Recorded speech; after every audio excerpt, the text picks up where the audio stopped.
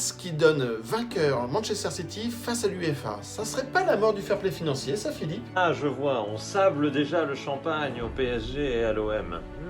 Ne pas enterrer si vite le fair play financier. Entre deux, monsieur Vincent.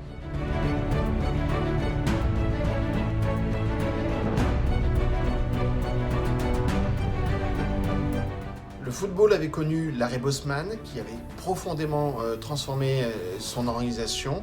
Et bien, ce lundi, le TAS, le tribunal arbitral du sport, a donné raison à Manchester City dans le litige qui l'opposait à l'UEFA. Alors, il faut revenir un peu sur la genèse de ce dossier, révélé par les Football Leaks, qui pointaient du doigt les montages financiers de Manchester City pour gonfler son chiffre d'affaires et ainsi répondre aux contraintes du fair play financier qui impose un équilibre entre les dépenses et les recettes. Eh bien, ce système a été critiqué par Manchester City qui, même si on peut douter de son équilibre financier, la réalité des choses, et le club a pu le démontrer, l'année dernière, un fonds américain a investi 500 millions d'euros pour 10% du club. Ça veut dire que le club était évalué à 5 milliards d'euros, ce qui est bien supérieur à ce que Dubaï et les Émiratis ont pu investir dans le club, qui est donc une preuve de la bonne marche économique du club.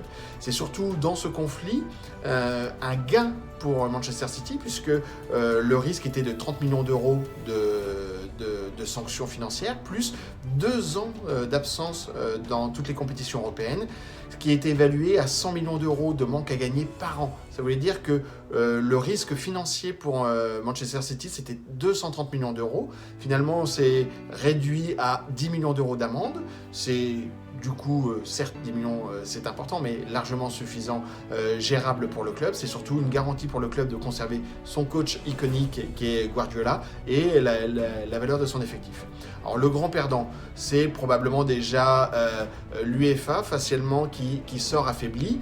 Manchester City qui sort vainqueur, et puis tous les clubs qui ont une ambition forte, qui peuvent sabrer le champagne finalement et se dire on peut devenir conquérant, ambitieux et faire sauter ce verrou qui consolidait les positions fortes du Real, du Barça, entre autres, ce qui peut-être explique la réaction vive de Javier Tebas, le DG de la Liga.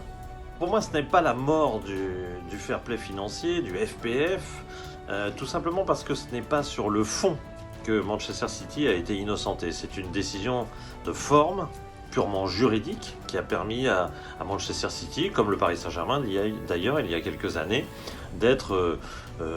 d'avoir une sanction très affadie, très réduite. Je ne veux pas dire par là que Manchester City ou le Paris Saint-Germain auraient dû être sanctionnés plus durement.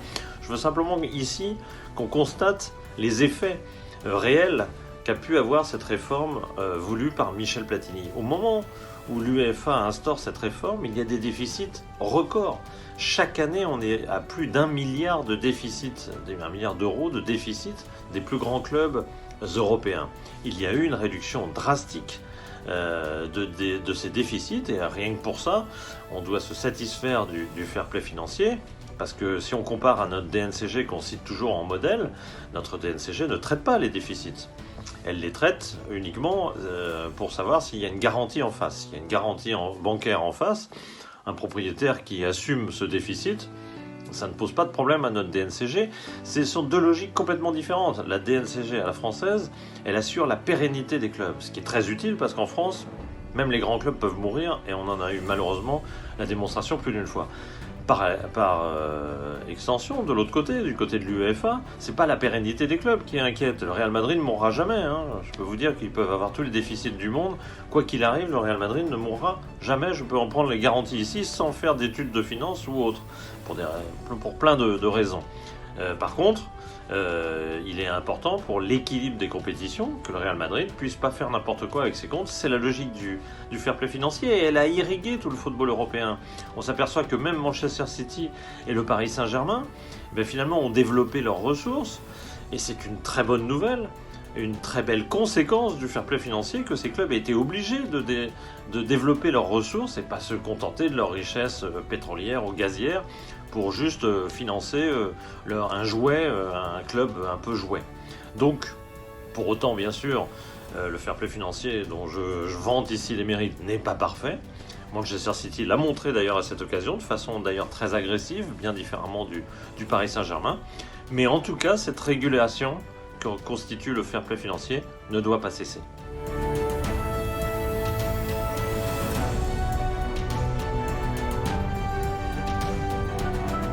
Alors Philippe, tu es donc l'avocat du fair play financier. Non, plus sérieusement, effectivement, le fair play financier est un outil de régulation et cet outil de régulation ne peut pas régler tous les problèmes en soi. Tu l'as évoqué, le sujet n'est donc pas de garantir la pérennité des clubs, mais de finalement protéger les investisseurs pour éviter que chaque année ils soient obligés de combler des déficits à un rythme trop important qui pourrait remettre en cause tout l'édifice du football. Donc ça c'est plutôt une bonne chose et effectivement ça l'a démontré. Mais par contre, ça n'a absolument pas agi, bien au contraire, sur l'incertitude du résultat, sur un équilibre dans les compétitions. Le fair play financier a pour conséquence de figer les positions, de permettre à ceux qui sont forts de rester forts, voire même encore plus forts, parce que les grands clubs dont tu parlais du Real Madrid par exemple, bénéficient de droits télé très importants, parce qu'ils sont dans des marchés très puissants. C'est pareil pour les clubs anglais, les clubs allemands, les Italiens, voire même les Français. Certains, comme le Real, le Barça, qui n'ont pas toujours été irréprochables d'ailleurs, ont pu construire des empires financiers, sportifs, avec des palmarès incroyables. Et donc, ce fair play financier ferme quasiment la porte à tous nouveaux entrants ayant une ambition, ou même, sans parler des nouveaux entrants, de clubs ayant été distancés à un moment donné et qui auraient énormément de mal de revenir dans la course. Et donc, c'est cela la difficulté. Et puis, un autre sujet, c'est que le fair play financier se concentre essentiellement sur les recettes. Mais qu'en est-il des dépenses ? Le vrai problème, c'est que le fair play financier ne prend pas en considération les distorsions au niveau de la fiscalité et au niveau des charges sociales, du moins les différences qu'il y a d'un pays à l'autre. À ce petit jeu-là, c'est clair qu'en France, avec notre système social, que l'on ne va pas remettre en cause, mais qui est une réalité, on a un vrai handicap, nos clubs ont un vrai handicap. Heureusement que le Qatar est arrivé pour qu'on ait un club avec une vraie ambition, et heureusement que Frank McCourt a pris le relais de la famille Louis Dreyfus pour redonner une ambition à l'OM. Mais aujourd'hui, il faudrait pouvoir remettre de l'argent dans l'OM. Et le fair play financier tel qu'il était écrit jusqu'ici était un vrai problème pour Frank McCourt ou Mourad Boudjelal et ses autres investisseurs. Donc oui, cette décision redonne espoir à tous ceux qui veulent retrouver une ambition ou trouver une ambition, celle de challenger les grands clubs déjà installés. Pas d'accord, monsieur Vincent, pas d'accord. Pour moi, ça n'est pas une victoire de Manchester City contre l'UEFA, qui à mon avis ne doit pas être si mécontente de cette décision, je vais m'en expliquer. Bien sûr, pour Manchester City, c'est une vraie victoire parce que l'enjeu était considérable, 220 millions d'euros, semble-t-il, sur 2 saisons de Ligue des Champions. Les vrais perdants, ce sont l'ICFC, qui n'a pas pu, faute peut-être de moyens d'investigation suffisants, en tout cas démontrer la véritable fraude de Manchester City, et puis les tenants d'un football figé, comme par exemple Javier Tebas, qui a fait des déclarations fortes, et qui, avec sa ligue espagnole, comptait bien sans doute faire plier Manchester City et le PSG à travers ce règlement du fair play financier. L'UEFA, elle, ne doit pas être si mécontente de ce résultat. Tout simplement parce qu'elle a besoin des ressources financières qu'apportent ces nouveaux entrants, que ce soit Manchester City ou le PSG. Le PSG peut-être encore plus, puisque en plus il y a Bein et des rentrées en termes de droits télé qui sont importantes évidemment pour l'UEFA. L'UEFA en fait elle a créé le FPF, le fair play financier, mais paradoxe, elle a besoin de ces nouveaux entrants pour des raisons financières et puis pour que ces compétitions soient suffisamment équilibrées et intéressantes pour échapper au risque d'une future Ligue européenne fermée qui éventuellement se ferait sans l'UEFA. Alors ça doit l'amener, cette décision, ça doit l'amener très certainement à réguler, à modifier très certainement son fair play financier, car visiblement on a trop demandé à ce fair play financier. Il ne peut à lui seul réguler le football. L'élément financier ne peut à lui seul régler tous les problèmes du football. La non-sanction de Manchester City peut donc en ce domaine aider peut-être l'UEFA à garder la logique du fair play financier, mais à le réformer très certainement.